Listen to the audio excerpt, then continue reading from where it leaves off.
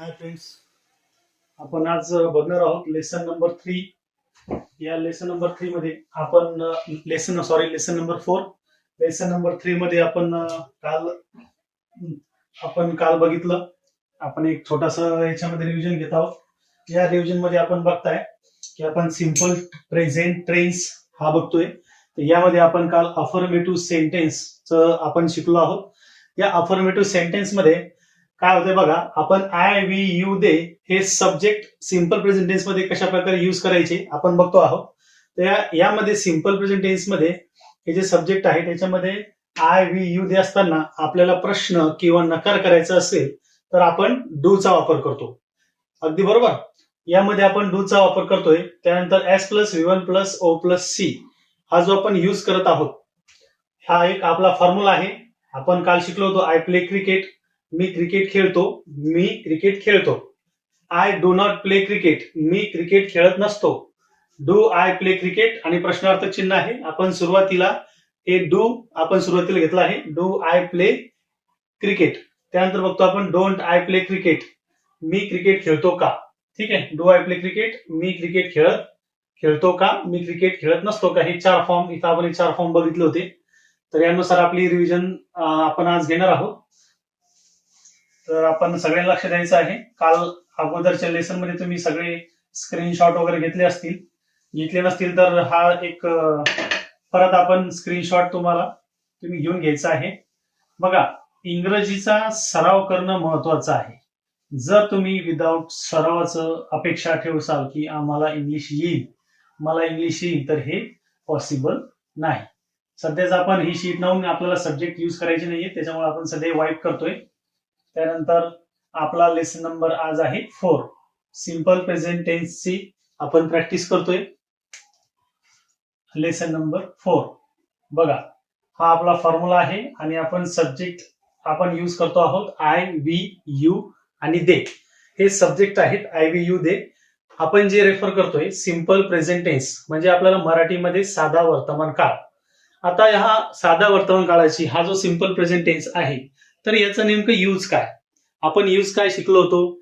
I we you दे आपण use अशा प्रकारे शिकलो होतो की यामध्ये जर सवय, जागतिक सत्य किंवा वैज्ञानिक सत्य जर आपल्याला सांगायचे असेल, जागतिक सत्य, वैज्ञानिक सत्य, सुविचार किंवा म्हणी याचा जर आपल्याला उपयोग करायचा असेल तर आपण सिंपल प्रेझेंट टेन्सचा वापर आपण करतो. तर बघा मित्रांनो, सिंपल आहे. तुम्हाला हे प्रॅक्टिस मध्ये तुम्हाला घ्यावं लागेल. जेवढं तुम्ही जास्त प्रॅक्टिस करसाल तेवढं तुमची इम्प्रुव्हमेंट होत चालेल. फक्त व्हिडिओ बघून आणि त्यानंतर काही न करता राहसाल तर असं होणार नाही. तुम्हाला तो व्हिडिओ बघून त्यावर तुम्हाला प्रॅक्टिसला वेळ द्यावा लागेल. मी प्रयत्न करतोय की तुमची प्रॅक्टिस सुद्धा इथे आपल्या युट्यूब चॅनलवरच आपण करून घ्यावी, पण तरीही आपण घरी सुद्धा करण्यात यावी. बाकी माझ्या ते विद्यार्थ्यांना, स्टुडंटना सांगणं आहे की आपण रोज घरी प्रॅक्टिस करावी. आपण जो रोज होमवर्क देतोय तो डेली तुमचा झाला पाहिजे. आपला जो ऑनलाईन क्लास चाललाय त्या ऑनलाईन क्लासमध्ये तुम्ही डेली ते सेंटेन्स घरी करत आहात. संडेला आपण चेक करणार आहोत. एव्हरी संडेला आपली जी बॅच होते त्या बॅच मध्ये आपण सर्व चेक करणारच आहोत. ठीक आहे, तर आपण चला आपल्या व्हिडिओकडे वळूया. Basic to advance. ठीक आहे, सिंपल प्रेझेंट टेन्स आपण बघतोय. कोणता टेन्स बघतोय आपण? Simple present tense. Simple present tense याला मराठीत आपण म्हणतोय साधा वर्तमान काळ. साधा वर्तमान काळ. तर यामध्ये आपण शिकतोय बघा, आय वी यू दे हे सब्जेक्ट असताना आपल्याला प्रश्न किंवा नकार जर आपल्याला करायचा असेल, प्रश्न किंवा नकार करायचा असेल तर आपल्याला डू वापरायचा आहे. प्रश्न किंवा नकार करायचा असेल तर आपल्याला डू वापरायचा आहे. आणि प्रश्न त्याच्यामध्ये बघा, आता प्रॅक्टिस आपण आयचं सेंटेन्स बघितलं तर वीचं सेंटेन्स आपण बघणार आहोत. तर बघा, we ask question. We ask question. बघा, वी आस्क क्वेश्चन मी प्रश्न विचारतो. वी आस्क क्वेश्चन मी प्रश्न विचारतो. आम्ही प्रश्न विचारतो. आय जर असतं तर आय आस्क क्वेश्चन असते तर मी प्रश्न विचारतो. परंतु आता इथे वी आहे म्हणून वी आस्क क्वेश्चन, म्हणजे आम्ही प्रश्न विचारतो. आपण सुरुवातीला काय केलं, इथं सब्जेक्ट घेतलेला आहे. आपण सुरुवातीला सब्जेक्ट घेतला आहे, बरोबर.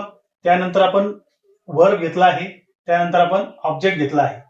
हे आपण सब्जेक्ट घेतला आहे, हे बघा सब्जेक्ट, क्रियापदाचं पहिलं रूप घेतलं आहे आणि त्यानंतर आपण ऑब्जेक्ट घेतला आहे. अजून आपण कॉम्प्लिमेंट घेतलो नाहीये, कारण आपण बेसिक टू ऍडव्हान्स यानुसार आपला क्लास चालू आहे. त्यानुसार आपण छोटी छोटी वाक्य अगोदर सुरुवातीला बघूया. मग छोटी छोटी वाक्यामध्ये तुम्ही ट्रेन झाल्यानंतर, जेव्हा तुम्ही छोट्या छोट्या वाक्यामध्ये ट्रेन व्हाल तेव्हा आपण मोठमोठी वाक्य घेणार आहोत. त्यामुळे पहिले आपण सुरुवात छोट्या वाक्यानेच करायची आहे. आपल्याला छोट्या वाक्यानं सुरुवात करायची आहे, नंतर आपल्याला मोठमोठी वाक्य घ्यायची आहे. तर सध्या सुरुवातीला तयारी करताना आपण छोट्या वाक्यानंच आपण सुरुवात करणार आहोत. वर्कच्या नोट्स तुम्हाला क्लासमध्ये संडेला प्रोव्हाइड केल्या जातील, त्यामुळे त्यांनी आवर्जून आपल्या संडेच्या क्लासला प्रेझेंट राहावं. तर बघा, वी आस्क क्वेश्चन, आम्ही प्रश्न विचारतो. मग याचं मराठीमध्ये आपण इकडे करूया, आम्ही प्रश्न विचारतो. बघा मराठीमध्ये तो हे आलेला आहे. आपण अगोदरच मराठीमध्ये बघितलं होतं की तो, ती, ते आणि तात हे जर प्रत्यय असतील तर आपण मराठीमध्ये सिंपल प्रेझेंट टेन्स आहे असं आपण ओळखणार आहे मराठीमध्ये. त्यानंतर बघा, वी आस्क क्वेश्चन, आम्ही प्रश्न विचारतो. त्यानंतर आपला दुसरा फॉर्म निगेटिव्ह करायचा आहे, हा झाला अफर्मेटिव्ह किंवा विधानार्थी. त्यानंतर वी, आता काय वापरायचंय, जर निगेटिव्ह करायचं असेल तर डू वापरायचंय, I we you they subject असताना. तर we do not ask question. बघा, हा झाला negative form, we do not ask question. We do not ask question, we do not ask question. फक्त याच्यामध्ये आपण डू नॉट एवढं ऍड केलेलं आहे, तर याचा अर्थ असा होतो, आम्ही प्रश्न विचारत नसतो. आम्ही प्रश्न विचारत नसतो. सध्या लक्ष द्यायचंय, कोणीही नोट्स घ्यायच्या नाहीयेत. जेव्हा तुम्हाला वेळ दिला जाईल तेव्हा तुम्ही नोट्स घ्यायचे आहेत. त्यामुळं फक्त समजून घेणं महत्वाचं. नोट्स मार्केटमध्ये किती उपलब्ध मिळतील तुम्हाला, पण मार्केटमध्ये कोणी समजवणारं मिळणार नाही. त्यामुळं पूर्ण लक्ष आपलं बोर्डवर शिकण्यावर, समजून घेण्यावर द्यायचं आहे. नोट्स लागूच तितक्या मार्केटमध्ये उपलब्ध आहे. याही तुम्हाला नंतर मी वेळ देतोच, तेव्हा स्क्रीनशॉट काढून घेऊ शकता किंवा व्हिडिओ पॉज करून तुम्ही नोट्स लिहून घेऊ शकता. बघा, नंतर we do not ask question, आम्ही प्रश्न विचारत नसतो. त्यानंतर आपल्याला प्रश्न करायचा आहे. तर प्रश्न करताना फक्त डू हा सुरुवातीला घ्यायचा आहे. Do we ask question, do we ask question. शेवटी प्रश्नार्थक चिन्ह द्यायला विसरायचं नाही. आम्ही प्रश्न विचारतो का, आम्ही प्रश्न विचारतो का. बघा, डू वी आस्क क्वेश्चन, आम्ही प्रश्न विचारतो का. यानंतर याला आपण इंट्रागेटिव्ह निगेटिव्ह म्हणजे प्रश्नार्थी नकार आपल्याला तयार करायचा आहे. तर याला डू नॉट किंवा याला डोंट शॉर्ट मध्ये लिहू शकता. डोंट वी आस्क क्वेश्चन, प्रश्नार्थ चिन्ह द्यायचं आहे. आम्ही प्रश्न विचारत नसतो का, आम्ही प्रश्न विचारत नसतो का.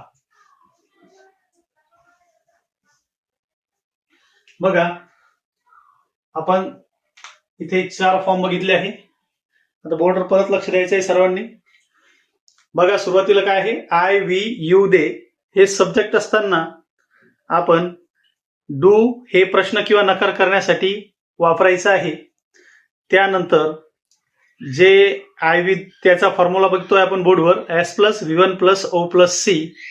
त्यानंतर आपण आपला पहिला हे आहे वी आस्क क्वेश्चन. पहिलं सेंटेन्स, आम्ही प्रश्न विचारतो. We ask question. दुसरं सेंटेन्स आहे we do not ask question. आम्ही प्रश्न विचारत नसतो. तिसरं फक्त बघा डू सुरुवातीला घेतलाय. Do we ask question. आम्ही प्रश्न विचारतो का. आणि चौथा आहे डोंट वी आस्क क्वेश्चन. आम्ही प्रश्न विचारत नसतो का. बघा तुम्हाला याचा तुम्ही एक तर आता स्क्रीनशॉट काढून घ्या किंवा याचा आता एक तर स्क्रीनशॉट काढून घ्या किंवा यामध्ये नोट्स उतरून घेऊ शकता. बघा काय आहे we ask question, we do not ask question, do we ask question, don't we ask question. We ask question आम्ही प्रश्न विचारतो. वी डोंट आस्क क्वेश्चन आम्ही प्रश्न विचारत नसतो. डू वी आस्क क्वेश्चन आम्ही प्रश्न विचारतो का. डोंट वी आस्क क्वेश्चन आम्ही प्रश्न विचारत नसतो का. हे 4 फॉर्म आपण केलेले आहेत. तर हे आपल्याला समजून घ्यायचे, आपल्याला याची प्रॅक्टिस करायची.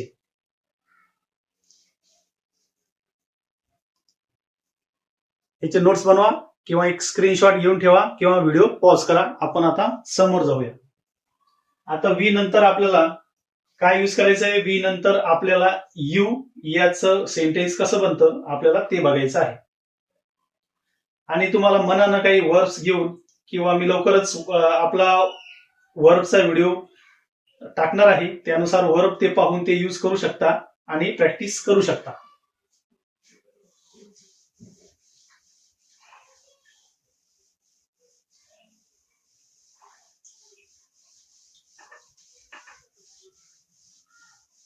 मित्रांनो व्हिडिओला लाईक, शेअर आणि सबस्क्राईब करायला विसरू नका. नक्कीच व्हिडिओ लाईकला, शेअर आणि सबस्क्राईब तुम्ही कराल या पूर्ण अपेक्षा मला आहे. आणि माझ्या व्हिडिओमध्ये दिवसेंदिवस मी चेंजेस करत आहे. दिवसेंदिवस त्याची क्वालिटी वगैरे सुधारण्याचा पूर्ण प्रयत्न करत आहे. तर बघा यानंतर यूचा वापर करायचा आहे आपल्याला. तर यूचा वापर करताना आपल्याला असर्टिव्ह सेंटेन्स बनवायचा आहे. तर आपण यू सिंग अ सॉन्ग. बघा याचं म्हणजे काय होतं, तू गाणे गातो किंवा गाते. तू गाणे गातो. तू गाणे गातो. आपण बघा पूर्ण आपल्याला कॉन्सन्ट्रेट करायचं आहे.